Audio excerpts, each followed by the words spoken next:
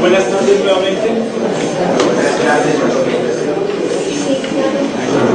Tengo el gusto de presentarles a los profesores, especialmente a los nuevos, al doctor José González, y a los antiguos, pues bueno, el reencuentro con el doctor José.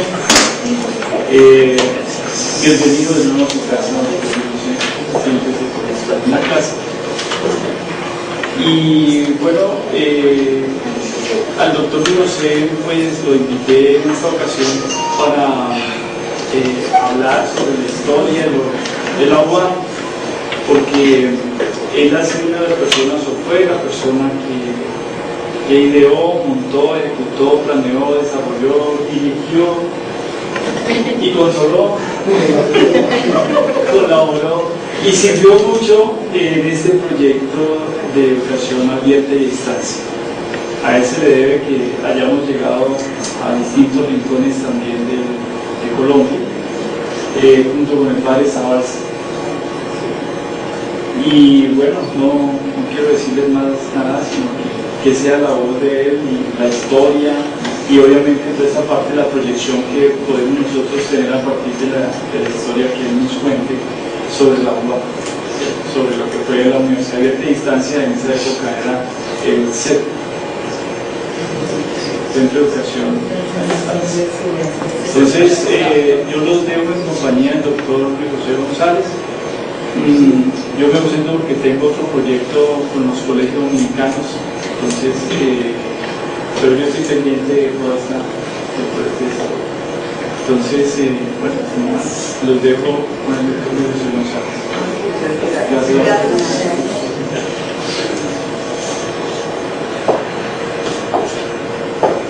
Bueno, en primer lugar, buenas tardes a todos. Buenas tardes. Me da mucho gusto reconocer a como más viejas caras.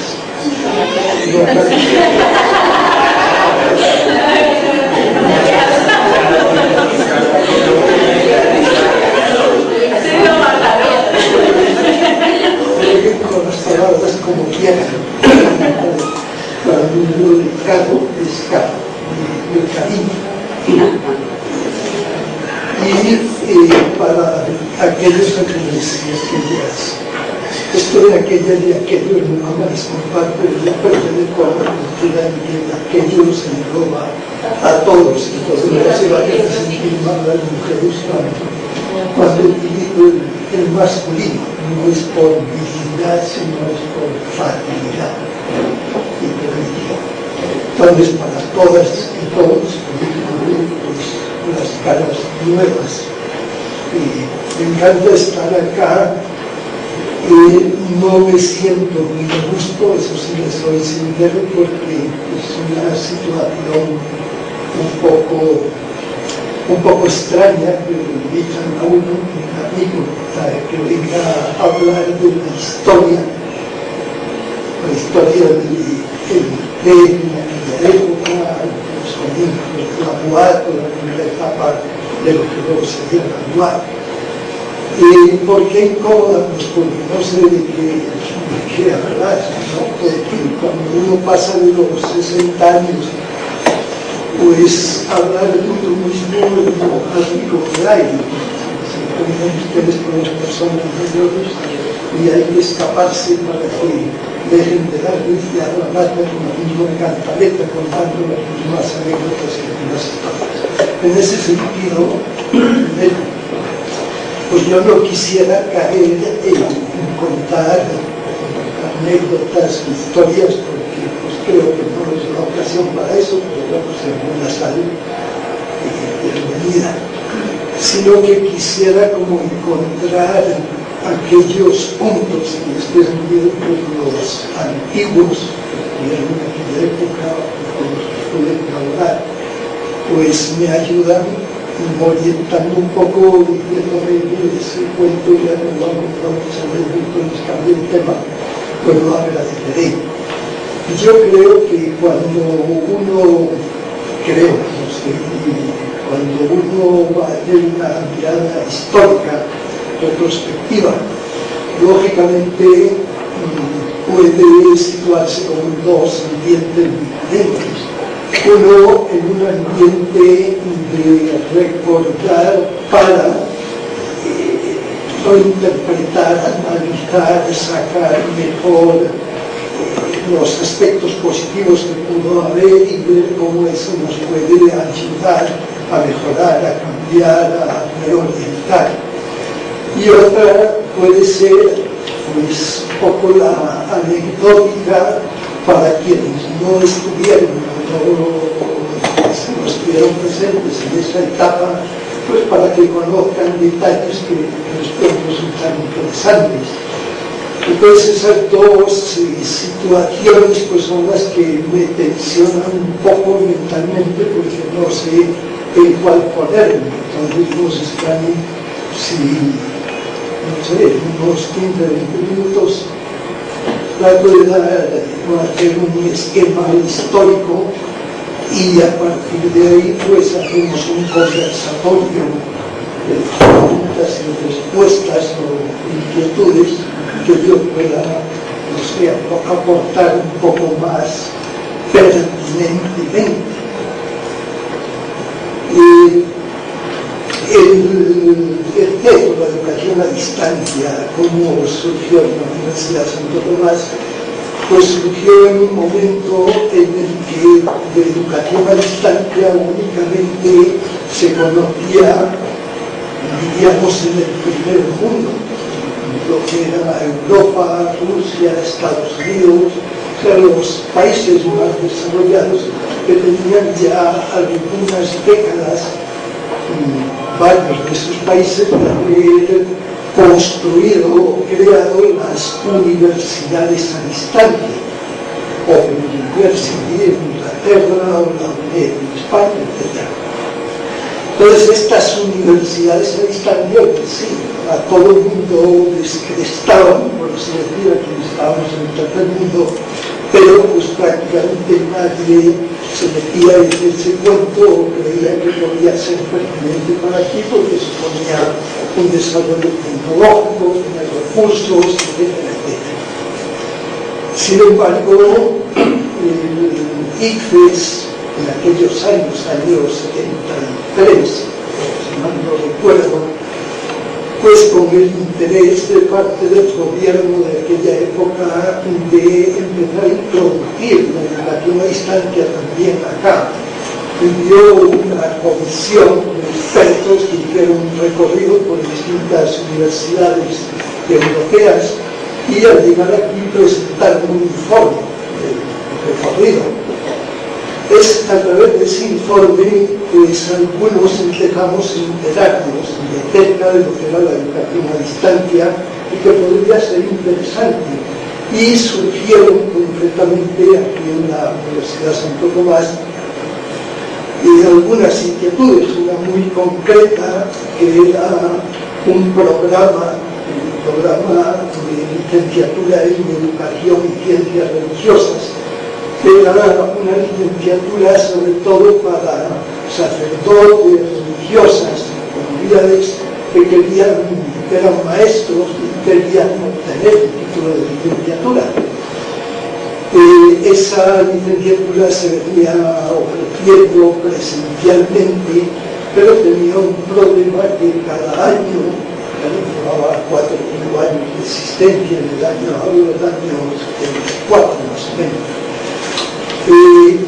que se iba quedando sin alumnos porque quienes se matriculaban pues a veces los gobiernos los trasladaban a otras ciudades, a otros sitios y entonces no podían continuar la carrera. Entonces se propuso y por qué no se utiliza la modalidad a distancia. Y dijimos, pues bueno, intentemos ver qué se puede hacer. Y ese fue el surgimiento concreto de la educación a distancia. Quedaban como 10, 15 alumnos prácticamente en la facultad y había semestres que ya no se abrían matrículas, no se abrían cursos porque no había candidatos suficientes y sin embargo fuera de boca preguntaban por qué no puede utilizar otra metodología.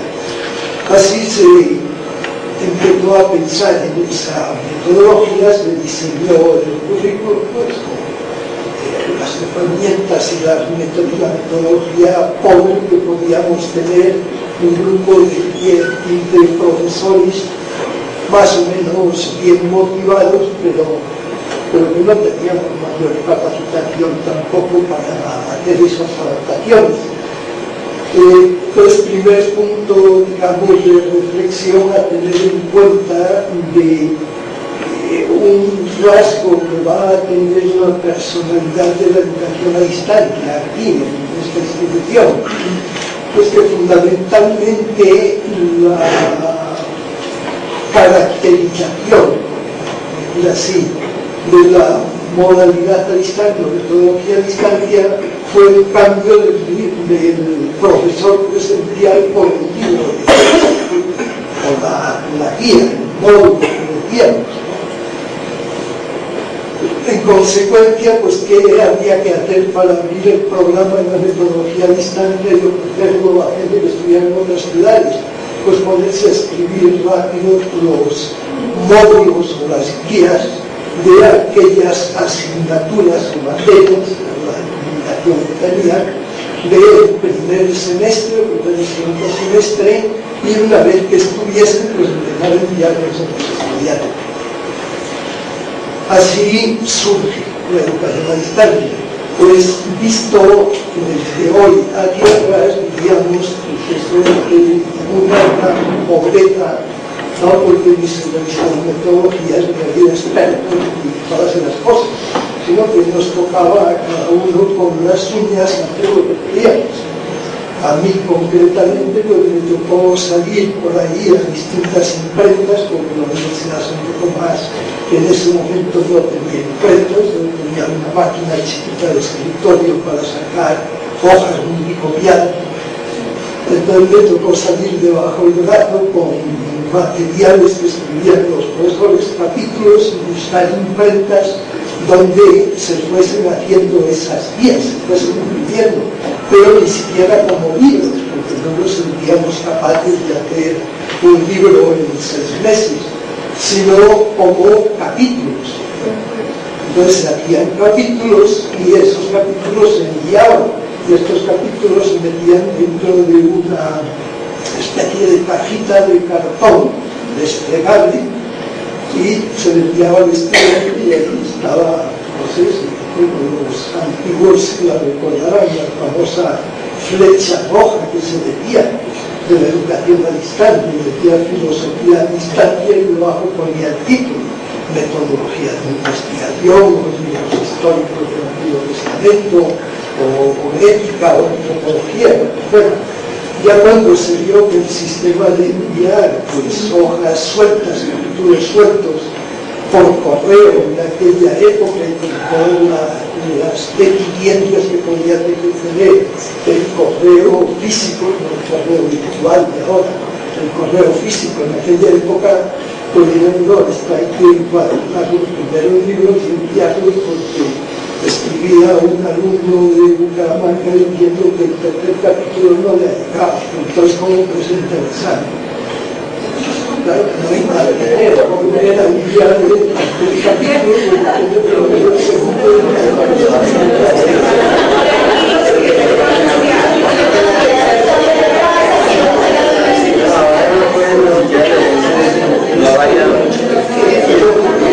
que esa situación está procediendo, estoy hablando de hace muchos años, del año 75.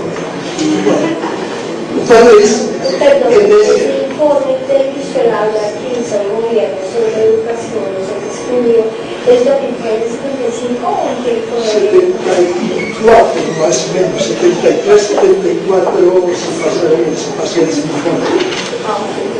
Más o menos. Entonces, tenemos ahí ya 2 puntos.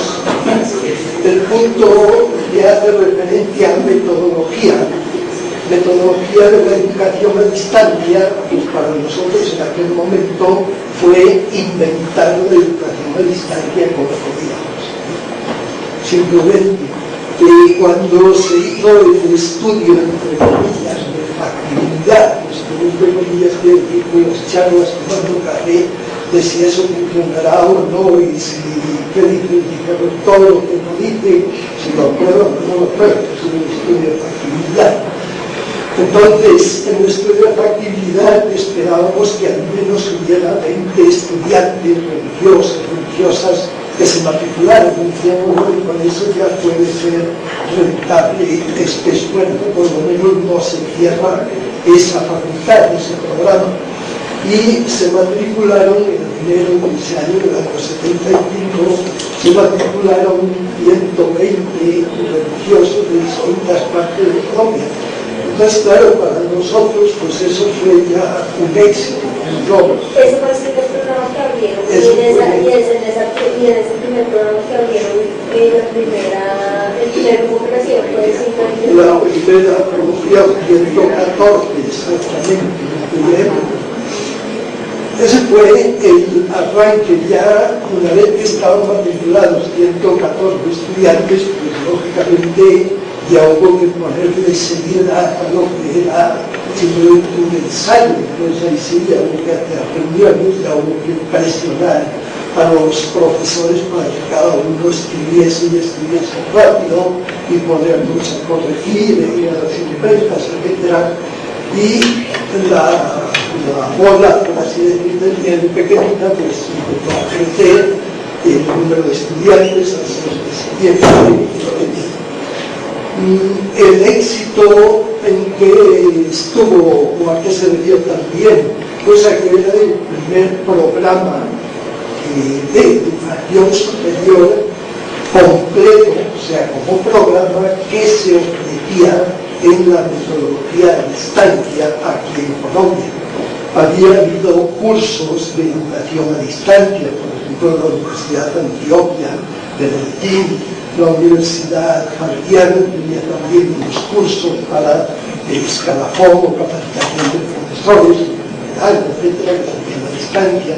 La Universidad de La Sabana también empezó en esa época con algunos cursos para maestros, pero como programa, es decir, como licenciatura en la metodología de distancia, fue la primera que se ofreció en Colombia, y se ofreció también con mucho susto frente a las autoridades gubernamentales de ICFES. ¿Por qué? Porque ICFES había lanzado ese informe para que las universidades lo conocieran y evaluaran, pero nadie había abierto oficialmente la puerta a carreras universitarias completas en modalidad no distante, porque no había legislación ninguna a ese respecto.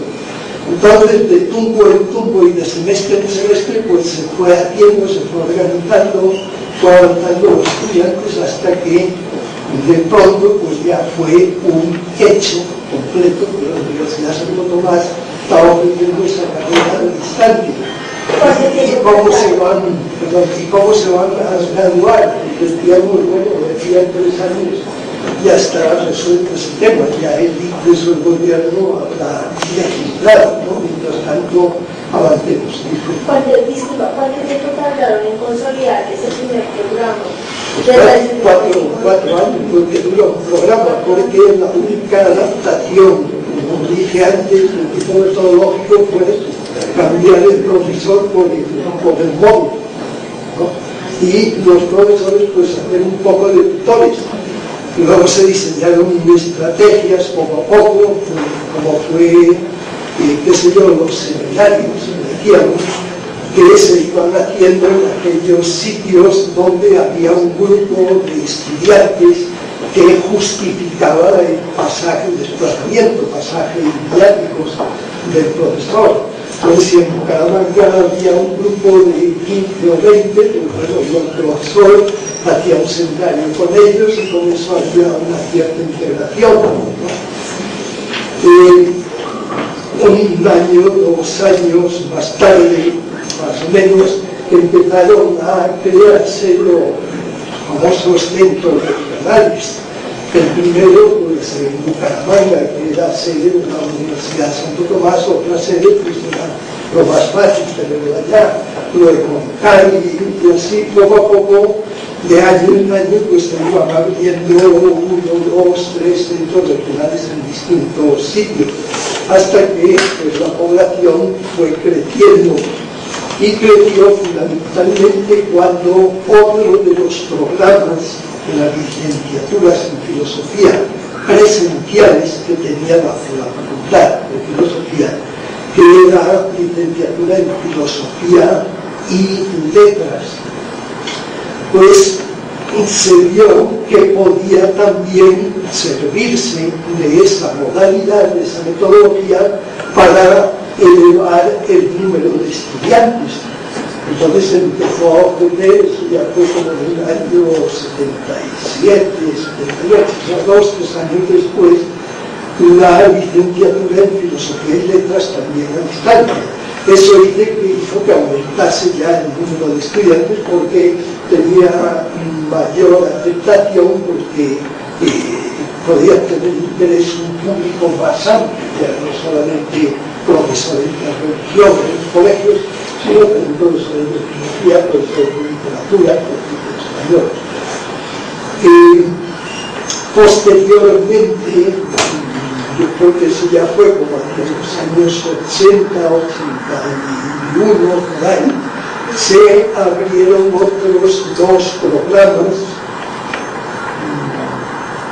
filosofía e historia, filosofía e historia, creo que había otro, en el área de filosofía, no me acuerdo muy bien. Ya más adelante, en el año 83, si mal no recuerdo, ustedes pues creo que se abrieron 2 programas de educación, obviamente, que ya no tenían nada que ver con la filosofía, que fueron el de preescolar y el de primaria. Eso por el año 83, más o menos. Que fue ya cuando el gobierno de Belisario Betancourt, que ya empezó a promover directamente la política de ampliar y abrir, institucionalizar la universidad a distancia en Colombia, porque entre el año 75, que empezamos nosotros, y ese año 83, la educación a distancia, desde el punto de vista legal, institucional, iba a contracorriente. O sea, todo el mundo decía de quién lo autorizó, quién legisló, quién permitió. Y pues nosotros, los que estábamos metidos en eso, decíamos, ¿y quién dijo que no? ¿Quién dijo que está prohibida? Entonces, como estábamos un poco en una laguna, en una nebulosa ahí, de tipo legal, pues se podía ir haciendo, porque en últimas, pues lo que variaba era la metodología, no variaban los programas, no variaban los contenidos, ni variaban los profesores, la institución estaba reconocida, etcétera, etcétera, y no había nada en contra. Ya luego, con el impulso que le dio el gobierno de Belisario Betancourt, pues sí, hay muchas universidades que montaron la educación a distancia y aprovechamos nosotros en la Santo Tomás para abrir otros programas, por ejemplo, esto de primaria y preescolar, y otros que estaban en el área, lo que llamábamos las tecnologías, reconocimientos ya técnicos, de la construcción, recursos naturales renovables, administración y producción agropecuaria. Por eso quedó la universidad con un paquete de programas que tratamos luego de darles una unidad y un sentido, un significado, digamos, de agrupamiento de programas, sobre todo por responder a preguntas que llovían de un lado y de otro lado, tanto al interior de la universidad como fuera, y yo digo, pero ¿por qué ustedes, que son filósofos y siempre han estado metidos en filosofía, por qué sacan un programa de producción agropecuaria? Pero que ustedes, donde han visto una vaca de cerca, por decir así, un programa de ese tipo. Y era cierto, o sea, la Universidad de Santo Tomás no tenía ninguna tradición en esas áreas. En construcción sí, porque estaba la facultad de ingeniería, pero en agropecuaria o recursos naturales no había nada. administración de empresas de economía solidaria, se tenía el Instituto de Cooperativismo en aquellos años, que era relativamente importante dentro de la Universidad de Santo Tomás, tenía convenios con Alemania, etc. Entonces era reconocido. Pues para darle un poquito de unidad y de coherencia, lo que para nosotros le daba sentido a ese conjunto de programas heterogéneos era aquello que constituyó, no sé si por suerte o por acierto intencional, como el alma de la organización y de la metodología de lo que era el centro de enseñanza desescolarizada en esa época, que es lo que denominamos la unión entre educación, por un lado, educación institucional, ¿no? Educación por un lado y desarrollo de la comunidad o de las comunidades. Dijimos o pensamos, si estamos llevando educación a distancia es porque de alguna forma queremos llegar a sitios donde no llega la educación superior presencial. Porque para llevar educación a distancia a estudiantes de Bogotá, pues no hace falta hacer un mayor esfuerzo, son las universidades presenciales donde pueden tener acceso. Entonces pensábamos, por ejemplo, en lo que en aquella época eran territorios nacionales, y Casanare, y Opal, ya tenía mayor desarrollo, pero de todas formas era una ciudad pequeña donde no había universidad ninguna en aquellos años. Y lo mismo en otros sitios como era en Florencia, como eran por el norte en otras regiones del país. Total que se creó, se estructuró eso que llamábamos, que iba a ser la base del modelo pedagógico, entre comillas, esos términos, porque pues, fueron un poco herramientas que se utilizaron sin grandes fundamentaciones desde el punto de vista conceptual, ¿no? Desde el punto de vista epistemológico, de que todo estuviese perfectamente justificado de acuerdo a un modelo educativo probado, reconocido universalmente. Pero lo llamamos metodológico por eso, o sea, porque era el esfuerzo de llevar la educación a ámbitos, la educación superior, a ámbitos o espacios a los cuales no llegaban porque no había universidades, y que no se quería que llegase solamente para conferir títulos a aquellos que estudiaban, se matriculaban y estudiaban el programa, sino que llegasen a aportar algo al desarrollo de las regiones.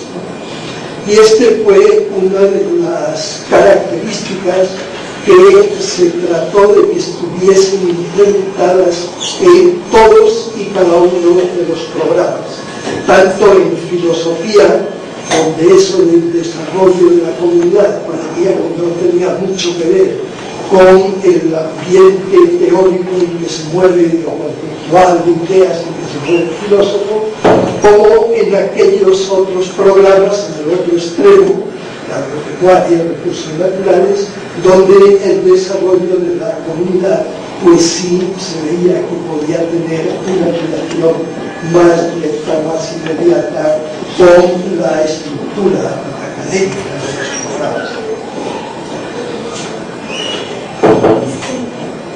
Esa fue la...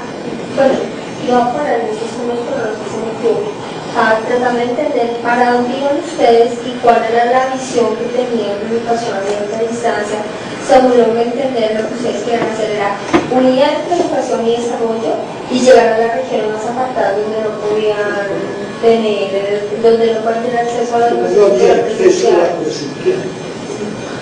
La educación superior presencial. Sí, yo creo que los que están acá, que son de aquella época, me corrigen cuando quieran y complementan cuando les cabeza. Y lo que yo podría decir en síntesis es eso. Ahora, otro punto a tener en cuenta, o varios puntos que pueden tener en cuenta. Uno podría empezar a analizar ahí, bueno, la que llamábamos en aquella época, yo ya 18 años estoy un poco retirado de la educación, entonces hablo de lenguajes de cultura que están de modés, pasados ya. Ahí me disculparán. Llamábamos la estructura curricular. Pues la estructura curricular respondía a la estructura curricular de los programas presenciales de la época.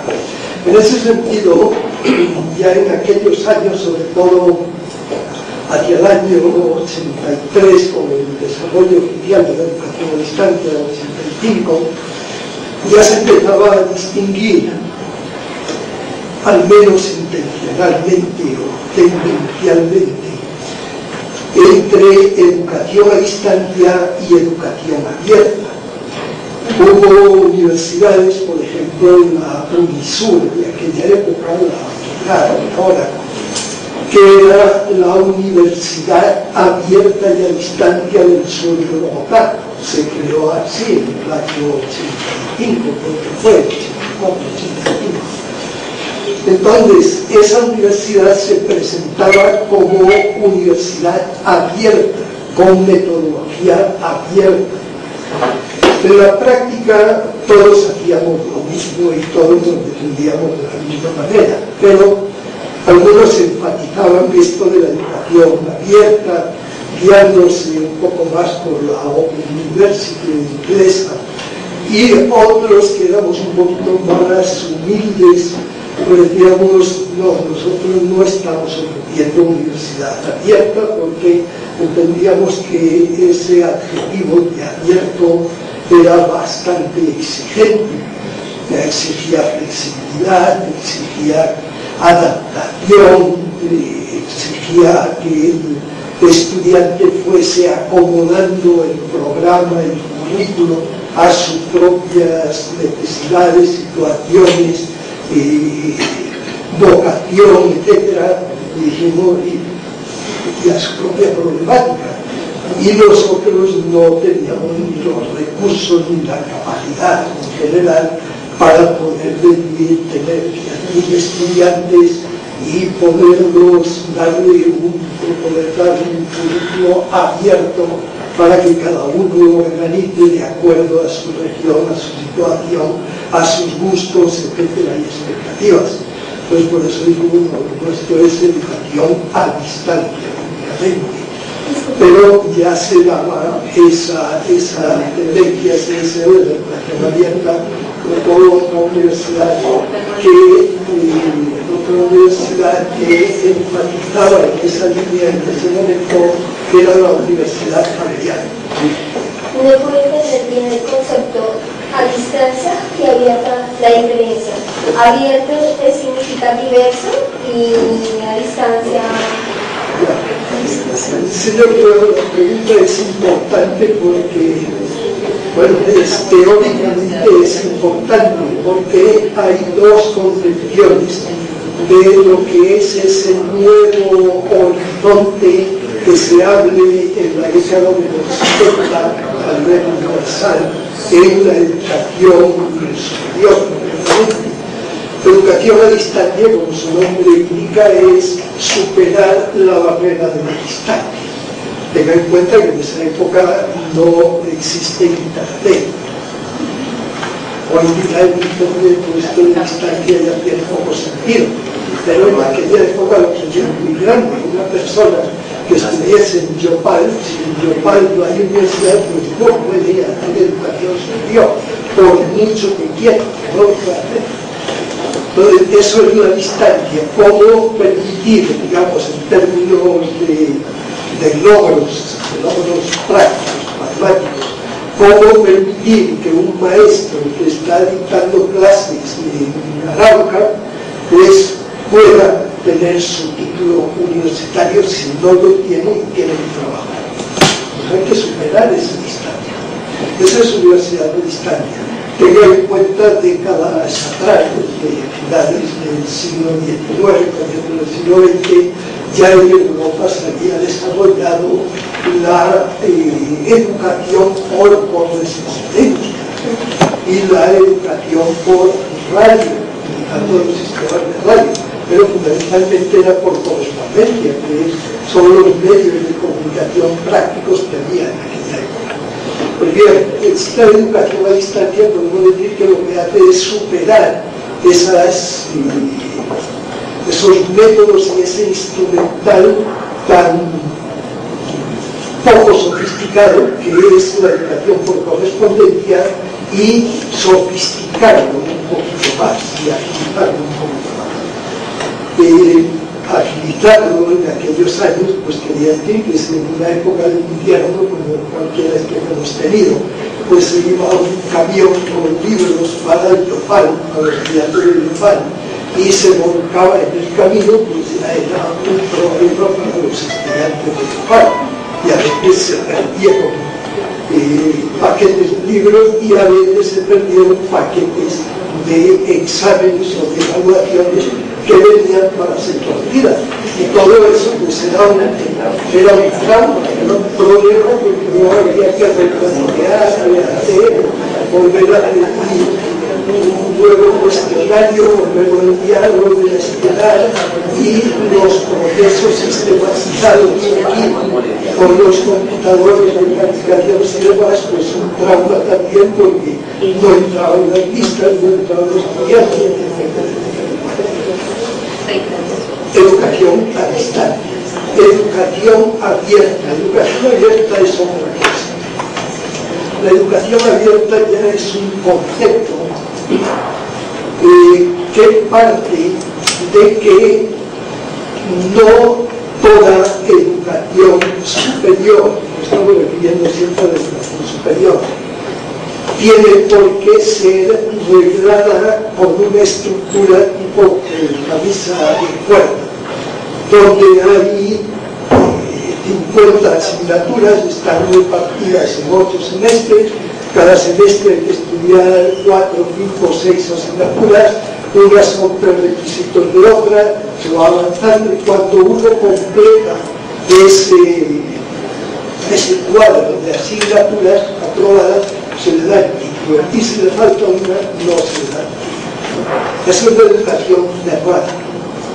La educación abierta es un poco la contraparte, es decir, se tiene un perfil de lo que va a ser ese licenciado, ya que estamos aquí en la Facultad de Educación, un perfil de los conocimientos, las habilidades que debe tener, las competencias que se va a decir más tarde, porque es ahora algún término nuevo. Y una vez que se tiene eso, ¿cómo llegar allá? Pues depende de cada alumno, de cada estudiante, candidato, o depende de cada grupo de candidatos, de acuerdo a sus situaciones, circunstancias, conocimientos, preferencias, expectativas laborales, etcétera, etcétera. Y se arma, por tanto, el currículo personalizado, individualizado, de acuerdo a esa situación. Eso quiere decir que puede ser que un estudiante pues curse 2 asignaturas en un semestre, refiriéndonos por ejemplo a la secuencia, y en otro semestre de pronto curse 10, ¿no? Y el otro no cursa ninguna, porque no tiene tiempo, y luego vuelve. Sin embargo, él se mantiene ahí estudiando. Eso es lo que se refiere a secuencia de ir subiendo de créditos o acumulando créditos. En lo que se refiere a conocimiento, pues dentro de unas áreas básicas, permitir que el estudiante, de acuerdo con su tutor, vaya orientando, eligiendo, proponiendo, y que al final sea como el tutor el que diga, sí, este señor, ya la señora, ya merece el título de licenciado, pues se ha cualificado, no ha cursado estas asignaturas porque no las necesita, y ha cursado estas otras, aparte tiene estudios y no sé qué, que no sirven, etc. A veces entiendo, es como, primero respetando los ritmos de aprendizaje, será como educación centrada en el estudiante, y además de Gracias eso, por currículo. las cosas con precisión técnica. Ya me pude diseñar. Y digamos, el currículo para poder identificar puntos de aprendizaje, pues un currículo abierto en el sentido flexible que cada generación puede enseñar su aprendizaje. La escritura administrativa que deja de ser ya un casillero de todo, una máquina que va procesando lo que es más centrada en cada estudiante y cada situación. Gracias.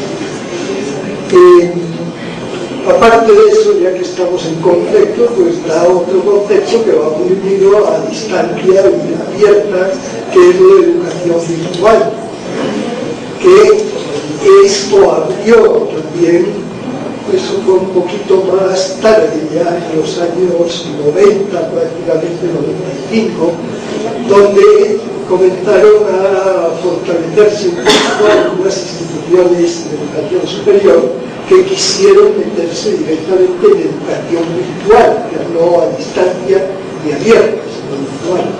Entonces ahí también había que revisar un poco el contexto, pero yo creo que esos contextos los conocen perfectamente porque hoy ya hay muchas instituciones que ofrecen cursos en esa metodología, en esa modalidad virtual. De todas formas, en lo virtual también aparece como una práctica, metodología instrumental, equipos, etcétera, tecnología, y por otro lado como el espíritu, la intencionalidad, lo que le da sentido. Lo que le da sentido a la educación virtual, pues es lo dice la palabra virtualidad, o sea, esa posibilitación, esa capacidad de, es lo que está en la base de ese concepto de virtual, virtud.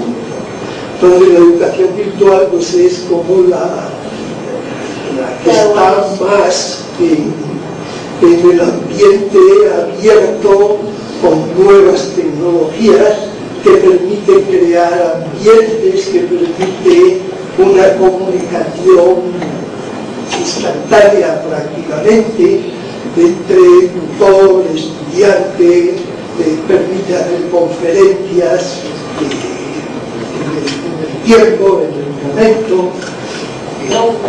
Pedagógico de todas maneras, dominicano tomista desde el comienzo, donde a pesar de ser distancia, cómo se diera esa relación y la importancia entre docente y estudiante.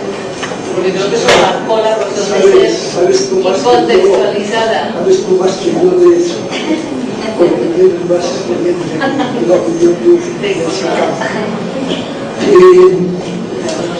Bueno, primero, la pregunta que tú haces, o sea, la entiendo yo como el cambio que se tuvo que dar dentro de los docentes, ¿no? Del personal docente.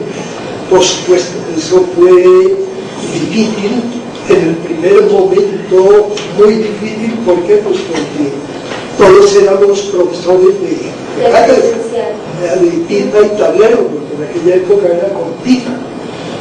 Y es lo que sabíamos hacer, lo que vimos hacer a nuestro maestro, llegar a clase, coger el libro, hablar, explicar y decir, bueno, ahora vamos a hacer un quiz. Y nadie protestaba. En esa época había un poco, bastante autoridad. Claro que cuando comienza la educación a distancia, cuando estamos nosotros coincidencialmente, y de pronto eso la apoyó su desarrollo, era una etapa de huelgas universitarias muy fuerte, en los años 73, 74, incluso 75, y en la Universidad de Santo Tomás fueron fuertes, a veces hubo unas huelgas, no digo violentas, sino fuertes, influencia propiamente no fue mayor.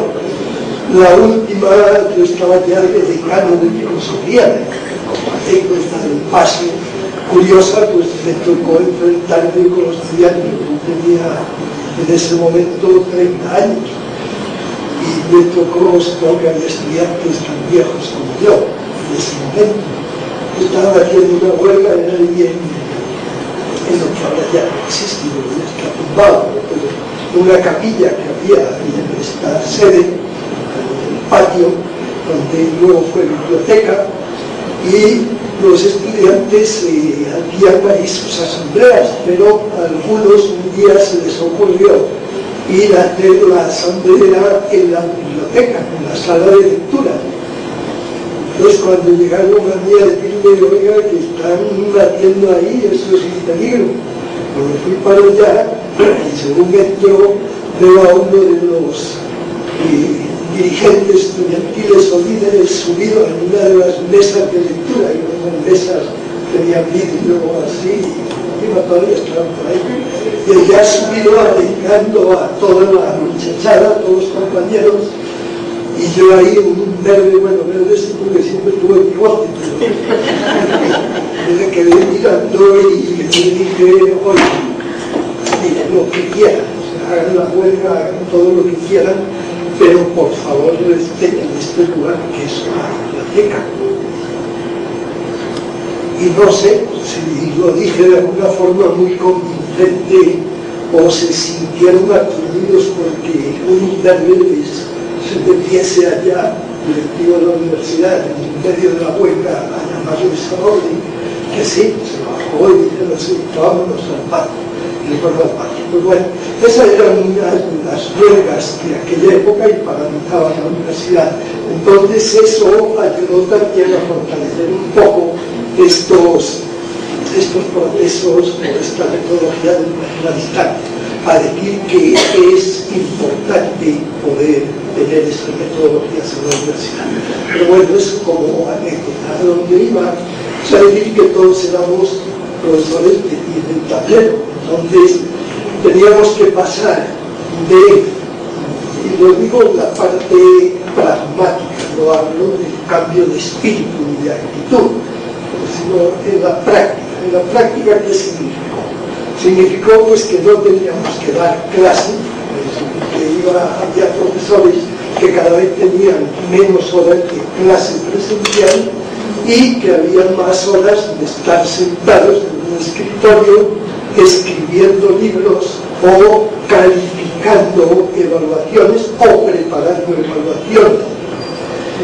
Claro, esto pues por un lado es rico, es un poco más rico porque no tengo que dar tantas clases, pero por otro lado también es harto tener que entregarle a uno, me tocaba entregar a unos y otros. Yo también tenía mis propios paquetes por evaluaciones, de los famosos paquetes, no todavía existen, sobres de papel manila que se entregaban, entonces ya sabía uno que tenía 2 días, 3 días. Algunos de los más sacrificados se los llevaban a casa, otros los hacían ahí, cada uno se defendía como podía y calificaba. Claro,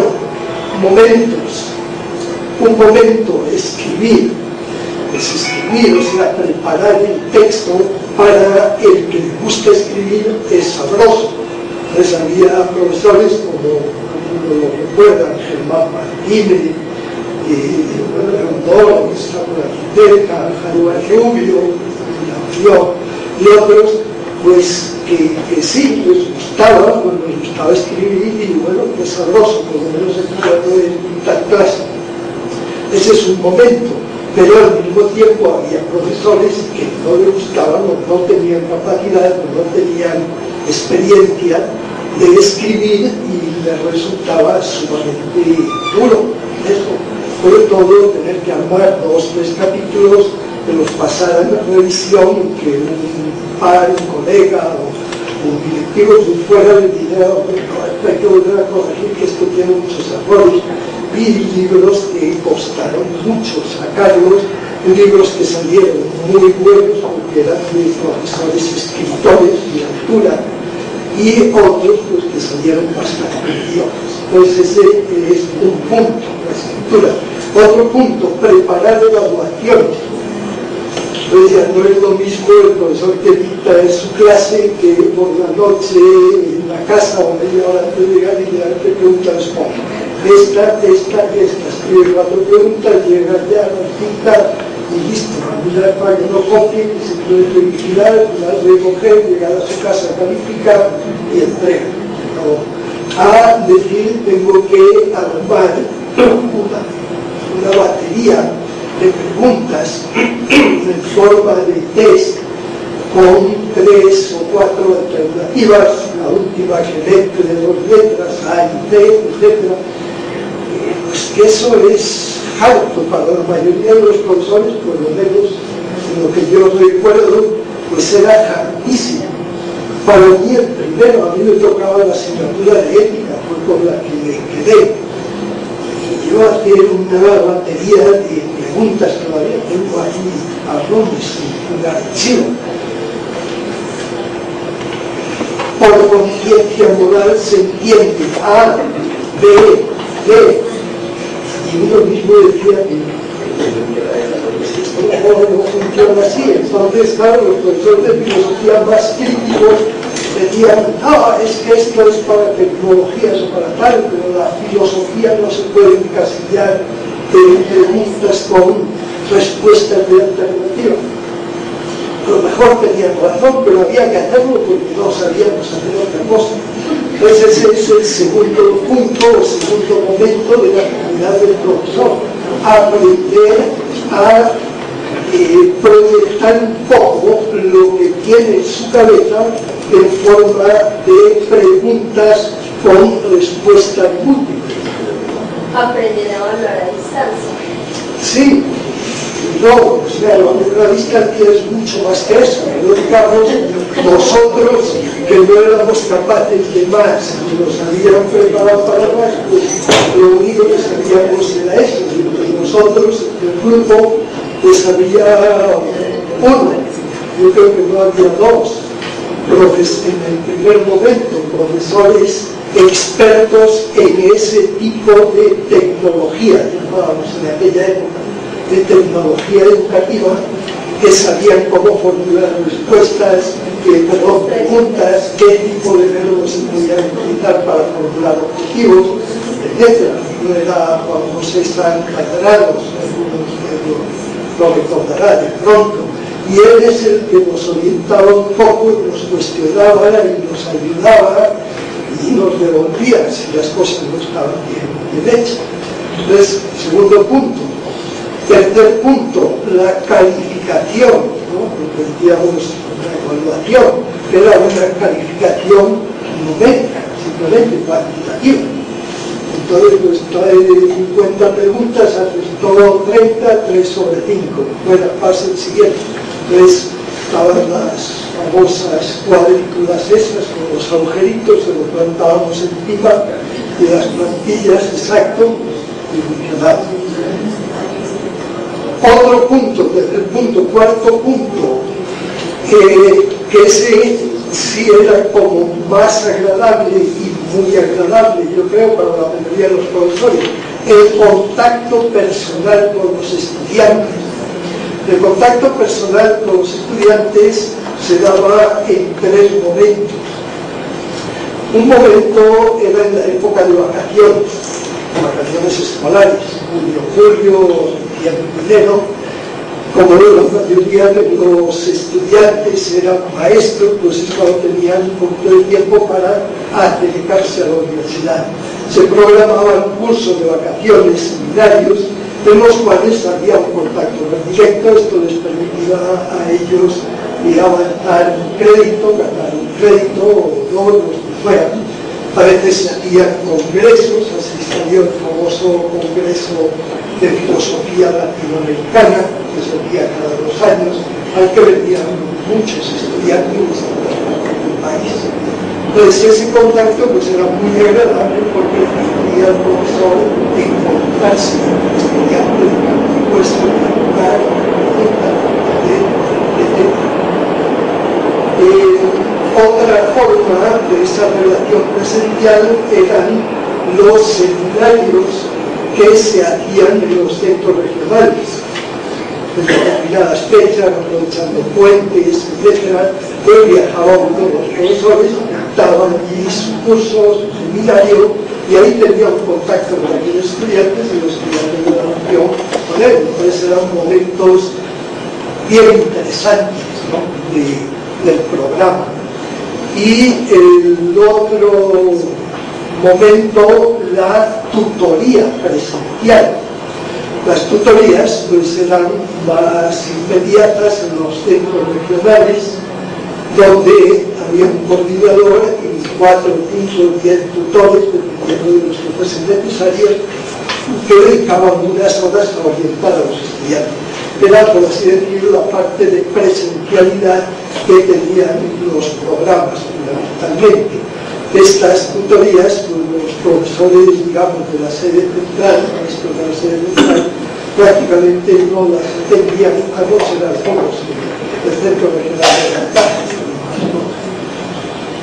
Ese es otro aspecto, digamos, de cómo funcionaba esa educación a distancia y qué incidencia tenía en el cambio de comportamiento del profesor.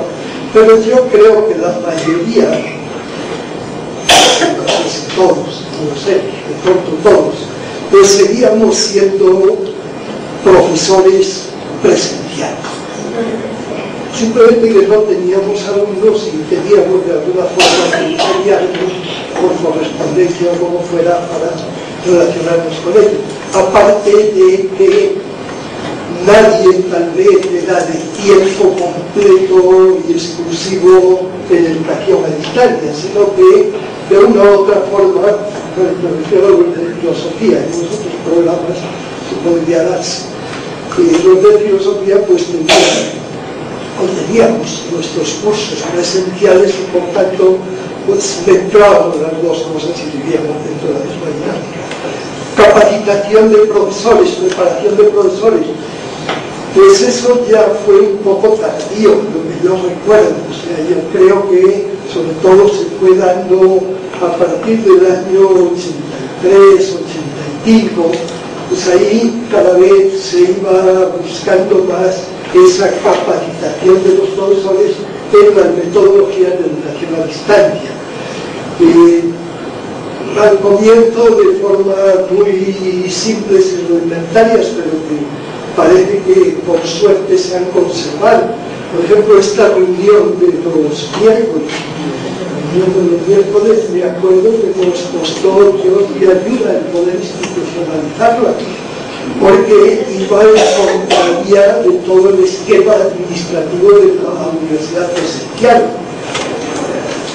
Me refiero a la oficina de personal que controlaba las nóminas. Entonces, desde el control de nóminas, ¿cómo así que a fulanito le pusieron 2 horas semanales reunión miércoles, o como se llamaba en aquella época, reunión profesional? ¿Y quién autorizó eso? No lo autorizó nadie, lo están haciendo en el CNE. ¿Quién? Hasta que logramos que autorizaran que se pudieran poner a cada profesor 2 horas semanales para la reunión. 2 horas semanales pagas, se supone.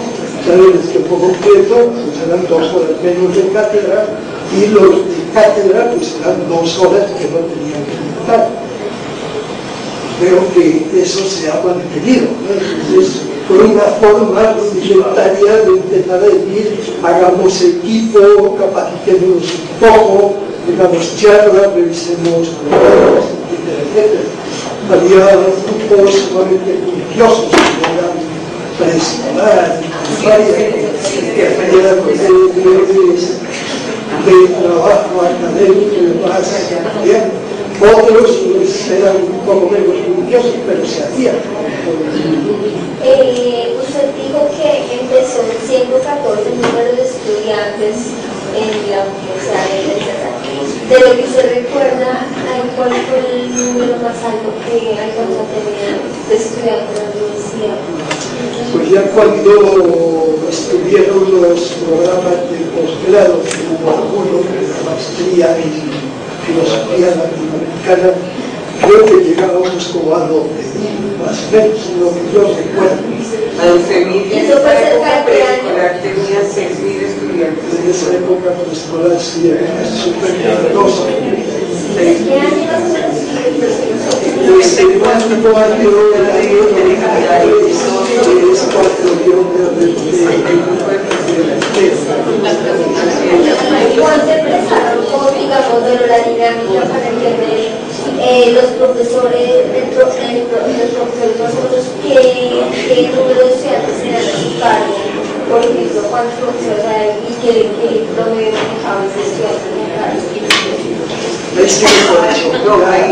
Ya decimos, Era más o menos. Pero era más o menos, por decir algo, hoy en día un profesor con la plataforma que tenemos puede llegar a tener 500 estudiantes. Entonces, por los cuales se le quieren dar cuenta. Esa sí no se notaba, o era más personalizada, O sea, nosotros lo que sí recuerdo es que nos movíamos mucho con el criterio de la presencialidad. Entonces, en presencialidad, pues un profesor tenía 30, 40, 50 estudiantes que le habían tocado un grupo muy numeroso. Pues supongo que en educación a distancia, no recuerdo muy bien, pero supongo que haríamos un equivalente en educación a distancia. El profesor o los profesores tenían asignadas asignaturas, materias. Entonces, si era un profesor, qué sé yo, de epistemología, pues me imagino que él tenía todos los estudiantes de epistemología, que si los estudiantes eran 300, pues eso me imagino yo que se lo haríamos equivaler a 5 o 6 grupos, y cada grupo por 2 o 3 horas, no recuerdo con exactitud cómo lo manejábamos, pero me imagino que era con ese esquema. ¿Y las tutorías cómo eran? ¿No empiezan a hacer la tutoría? Las tutorías yo no les sé explicar muy bien cómo eran, porque yo nunca fui tutor, pero me imagino que en los centros regionales tenían organizados un calendario. Eran dirigidas sobre todo a lo que llamábamos las materias comunes. Materias comunes, por decir algo, pues era tomismo, por ejemplo, o antropología, o ética, o algunas metodologías de la investigación, etc. Que eran asignaturas que estaban en todos los programas. Entonces se hacía una sesión cada centro regional a su libre albedrío, porque los centros regionales eran autónomos en el manejo de los tiempos de los tutores dentro de unas pautas, de acuerdo con el número de estudiantes que tuviesen dentro de la vinculación de tutores, etc. Entonces, supongo que el fin de semana X de este semestre hay una tutoría durante 2 horas de epistemología. Me iban los estudiantes y tenían esa sesión o esa reunión, por un lado. Y por otro lado, supongo, si no estoy equivocado, que los tutores tenían unos horarios que podían tener 10 horas a la semana, repartidos en 3 días, 2 o 3 horas diarias, en días de la semana, y en esos días los estudiantes del área al que le correspondía a ese tutor, pues podían ir al centro regional y consultarle y pedir asesoría sobre un cuestionario que nos decían, o ir a un grupo y preguntar por una práctica que tienen que realizar y que en esa población no se ve cómo se puede realizar esa práctica. Por ejemplo, los estudiantes de tecnologías, que era un poco más complicado. Es lo que yo me imagino y recuerdo de esa época, ¿no? ¿Qué caracterizaba o qué hace diferente de la educación unificada de las anglotomas que dividían? O sea, en relación con otros universidades que también ofrecían. Pregunta un poco por nuestra amiga, ¿cómo es tu nombre? Raquel. Pregunta Raquel que ¿Cómo podríamos comparar en aquella época la Universidad de Santo Tomás educación a distancia con otras universidades que tenían educación a distancia? Había muchas diferencias. En esa época había muchas diferencias, sobre todo se vieron estas diferencias después del año 85, yo diría hasta el año 90, fundamentalmente. Una de las diferencias, por ejemplo, la seriedad con que la Universidad de Santo Tomás tomó los textos guía o los módulos. O sea, eso de decir que hay que suplir a la no presencia del profesor con un texto guía. En la Universidad de Santo Tomás lo tomamos totalmente en serio. Tan en serio que en el año 80 la Universidad de Santo Tomás creó el departamento, se llamó Departamento de Comunicaciones y Publicaciones. ¿En qué consistía ese departamento? Lo fundamental del departamento era una imprenta, o sea, se compró una impresora, los entienden un poco de impresión, una impresora OSE de medio pliego, que para esa época era muy buena, importada, nueva, justo muy liberal, en esa época. Hoy día no hay nada, hoy día por 20 o 30 millones compró una máquina de esas, porque ya el OSE está superado. Entonces compró esa máquina, compró una guillotina también nueva, grande, y montó lo que es la imprenta de la universidad, se organizó la imprenta, pero no, el señor rector de esa época, el padre Álvaro Alvis, no quiso que se llamase la imprenta o el departamento de impresiones, sino departamento de comunicaciones, y creó al lado de la parte de imagen de la universidad una galería de arte, Ramierco, y bueno, algunas cosas más. Es decir, fue un momento en que la universidad, coincidiendo con la celebración del año, eran 400 años, ¿no?, de la creación de la universidad, del año 1980, de la fundación, creó ese departamento. Ese departamento tenía la finalidad fundamental en ese momento, era responder a la necesidad del movimiento de libros que ya en ese momento era muy grande en la Universidad de Santo Tomás y que no podíamos estar llevándolos a imprimir en imprentas por la ciudad, porque eso era un desgaste completo. Comenzó en ese momento y en el año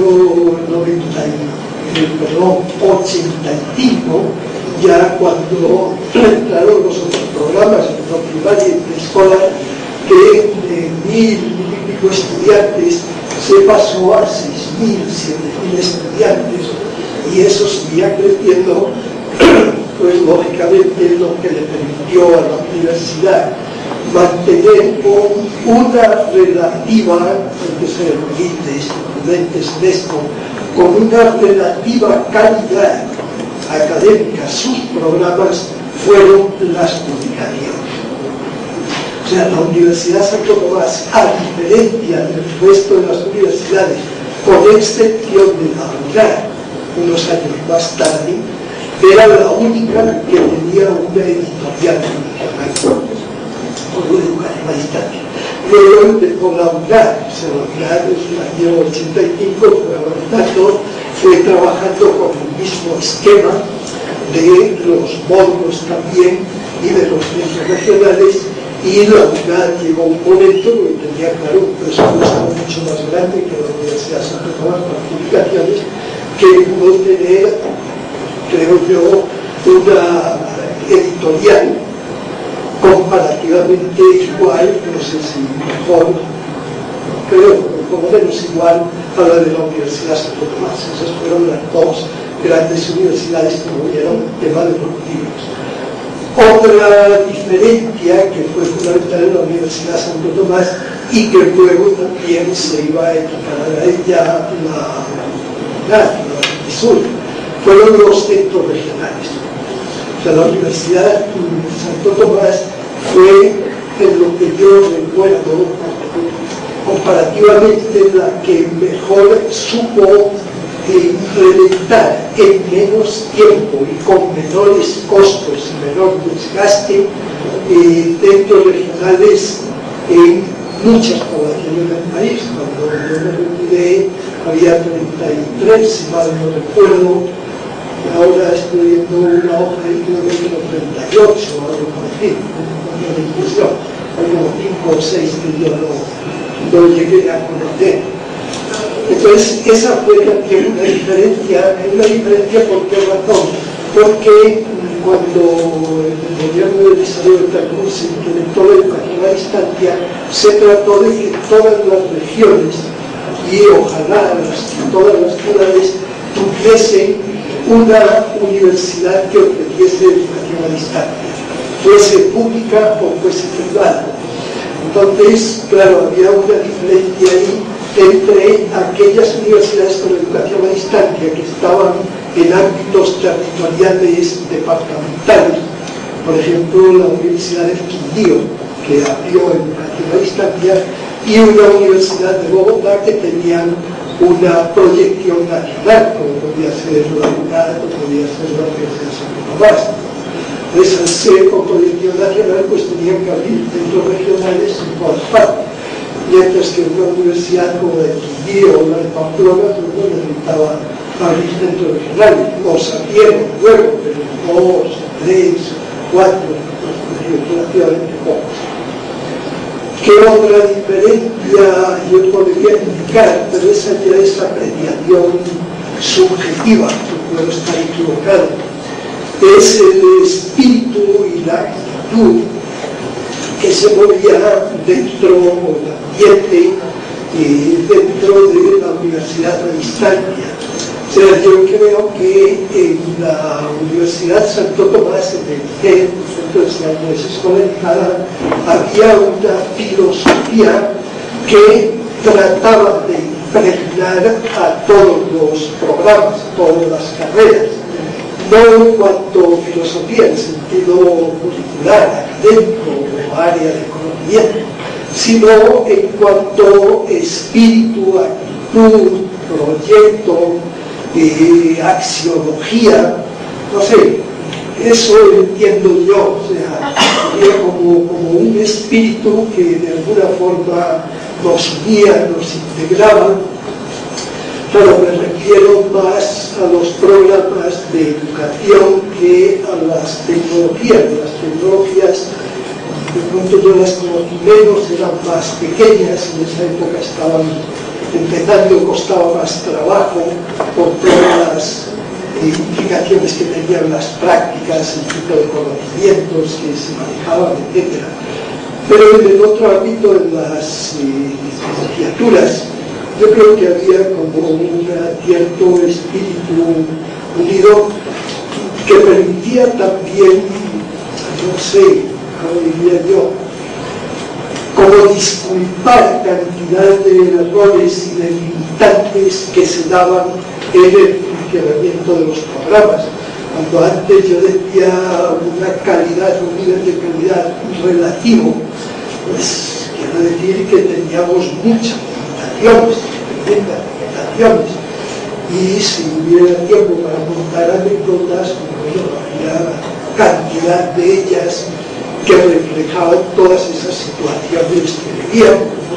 Una de las más duras, cuento, será la última anécdota que cuento, fue para que entendamos un poco cómo se trabajaba y se vivía esto. En el Centro Regional de Medellín, que ya empezaba a ser un centro fuerte, todo un semestre con que llegó la época de matrículas, porque existían fechas, no sé si todavía existen fechas fijas, y resultó, llegó la época, las fechas, y en Medellín no habían repartido libros a los estudiantes. Y entonces, pues todo el mundo quejándose, todo el mundo llamando, la coordinadora regional de, bueno, los antiguos, recordarán, Gloria Piedreita, una amiga y colaboradora, era nueva, estaba reemplazando o sucediendo a una religiosa que se había retirado del centro regional, la sede de la nueva, todo era nuevo. Y la pobre ni sabía qué hacer con todas esas cajas de libros que les habían mandado. Entonces recuerdo que me tocó a mí viajar, salir a la carrera, y llegué allí un día temprano, la coordinadora asustada, la secretaria no sabía qué hacer, en el colegio donde se hacía eso tampoco tenía ni idea, y un salón allá como de 100 y pico de estudiantes de las distintas carreras esperando a sacrificar al que llegase allí y darle como tal, diciendo este desastre, y era Medellín, o sea, no era Pasto, no era Yopal, no era centros regionales donde la población aguanta por muchas universidades. En Medellín había muchas universidades y de altura, entonces la Universidad de Santo Tomás ni siquiera les hubiera entregado libros y ya les había matriculado y cobrado las plazas, que era eso. Pues nos tocó acoger, empezar a vivir, bueno, primero reunirnos con ellos, desde que tuvieran paciencia una hora, que se tomara un tinto, explicar la situación y aprovechando esa hora de paciencia es ponernos a abrir cajas, yo primero, porque yo sí sabía lo que eran los libros, y empezar a hacer paquetes y empezar a entregar libros, hasta que en el transcurso de la mañana pues quedó, digamos, sofocada, entre comillas, la rebeldía del estudiantado y quedó aplacado todo el mundo porque se fueron allá con sus libros y por lo menos vieron que había interés de respuesta, que no se les trataba burocráticamente o no se les daba disculpas de sus libros, y a estudiar y trabajar. Entonces, esas son otras técnicas. Eso ¿Qué se habla en qué consiste? pues bueno,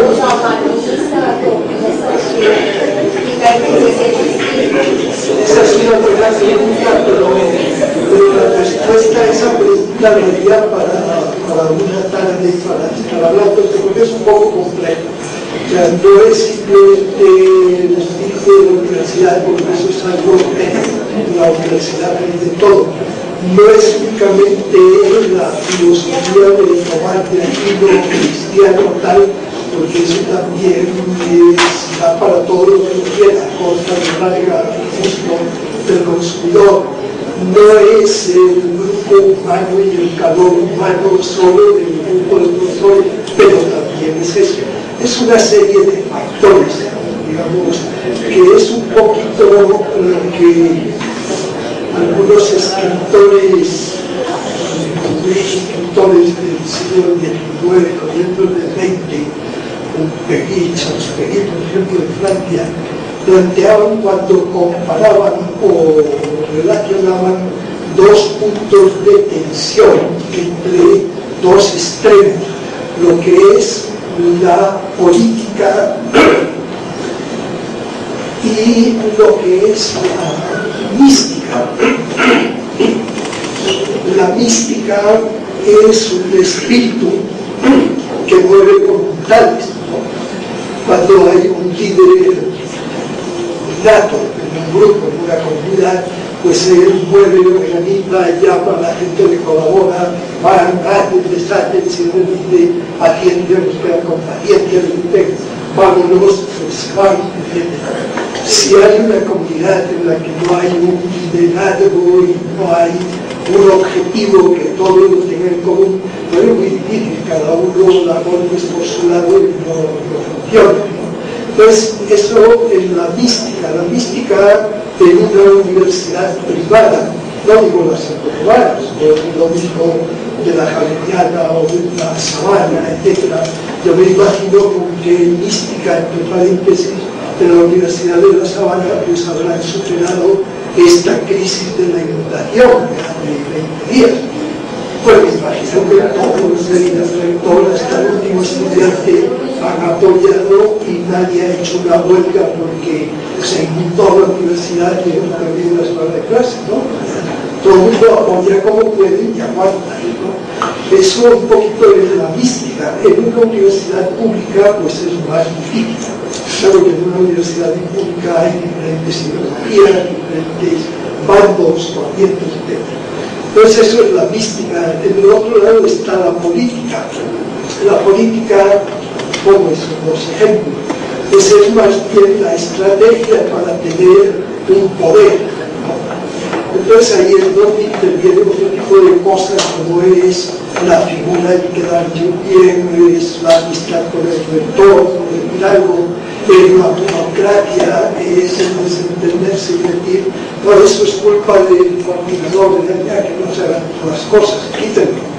Eso, o sea, es otro tipo de manejo de las situaciones que va a formar. Pues bien, responder a su pregunta sería un poquito responder a la pregunta cuál es la mística o cuál era la mística que movía ese equipo o que lo sigue moviendo. Por eso le diría que no es y que realmente no es fácil responder.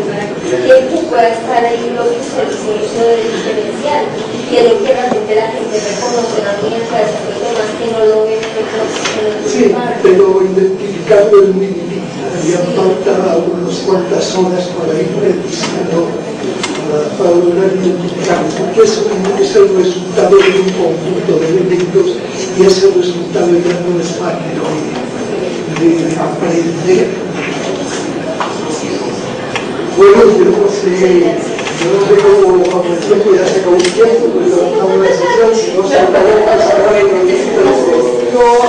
en nombre de todos, le quiero dar a José unas gracias muy especiales, porque definitivamente lo que nos dice, gracias a su sencillez, como se pueden dar cuenta, todo lo que nos dijo encierra una gran sabiduría, una gran experiencia, y tengo que decir como parte de la antigüedad, porque nosotros llegamos chiquitas a con ella. De verdad se hacían verdaderas sesiones de capacitación y de formación en el campo humanístico. Todos los miércoles precisamente había unas sesiones muy interesantes, unos paneles que siempre dirigían los filósofos en torno al pensamiento latinoamericano y todo lo que tenía que ver con la pedagogía liberadora. Eso de verdad que nos formó muchísimo, muchísimo. Y una de las cosas que se ha intentado hacer, nunca igual de verdad de lo que fue en ese momento, es precisamente lo que se está pretendiendo en esta época con las reuniones de los miércoles.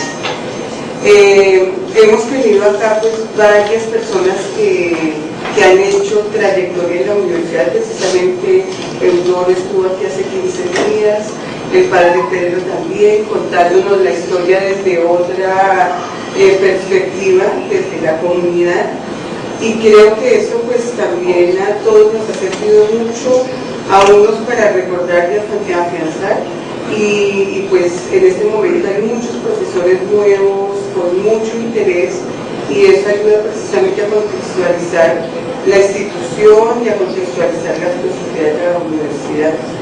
Y pues yo sí quiero rescatar también la creatividad y la gestión de Luis José en ese momento, porque era una energía y una actitud tan positiva que de verdad lo llevaba a uno a querer ya sentirse parte de la universidad.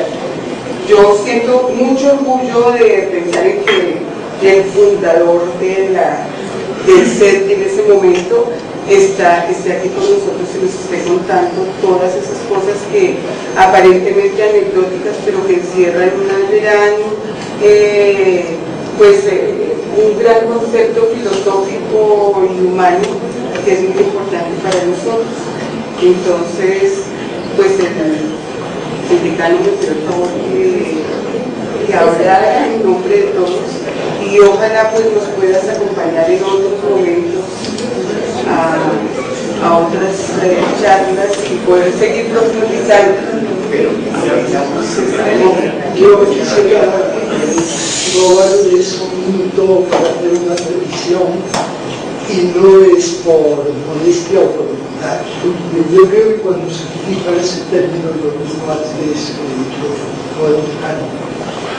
es el fundador, es el organizador, eso no es adecuado. Y repito, no lo digo por modestia, sino que no es real, no es objetivo. Yo recuerdo en el primer momento que arrancamos año 74 a tratar de organizar la salvación de ese programa de filología y ciencias religiosas para que no se muriese, inyectándole esta metodología a distancia. Pues éramos un grupo, yo era parte del grupo, yo era un decano en ese momento, por suerte, me acaban de encontrar decano administrativo, porque en esa época las facultades tenían dos decanos, uno administrativo y otro académico. Entonces yo era el administrativo. Entonces, pues porque era el decano administrativo, porque me gustaba la idea, pues me tocó liderar un poquito y coordinar un poco el esfuerzo, pero el resultado fue el resultado del esfuerzo de un equipo donde había, y eso es importante siempre tenerlo en cuenta, porque si no hay eso nada funciona, nada funciona. Había un deseo de las directivas, cuando hablo de directivas me refiero a los técnicos en la universidad, por salvar ese programa y gastar si hace falta un poquito de plata extraordinaria para lograrlo. Entonces estaba el padre José Luis Santena, que ya murió, director académico de muchos años, que dijo, sí, hagamos esto. Él conocía la teología, el centro de teología a distancia en Madrid, en España, y dijo, sí, lo mismo que había teología a distancia, que podemos hacer filosofía a distancia. Entonces tuvimos ese apoyo, tuvimos el apoyo del director, que dijo, sí, adelante. Entonces, por un lado las directivas, por otro lado los profesores. Si los profesores en ese momento hubieran dicho, no, eso no es para nosotros, contraten otro equipo de profesores, no se hubiera podido hacer nada. Y entre todos se dio adelante, y una vez que eso empieza a andar, pues son también los estudiantes. O sea que no hay fundador, ni hay directores estrella. Yo creo que hay equipos. Entonces, cuando se logra una mística, andar al unísono entre un grupo, pues funciona. Ahora, cuando cada uno mira a lo suyo y dice, no, es que yo ya hice mis 4 horas, me voy para casa y no me hables, bueno, disculpa.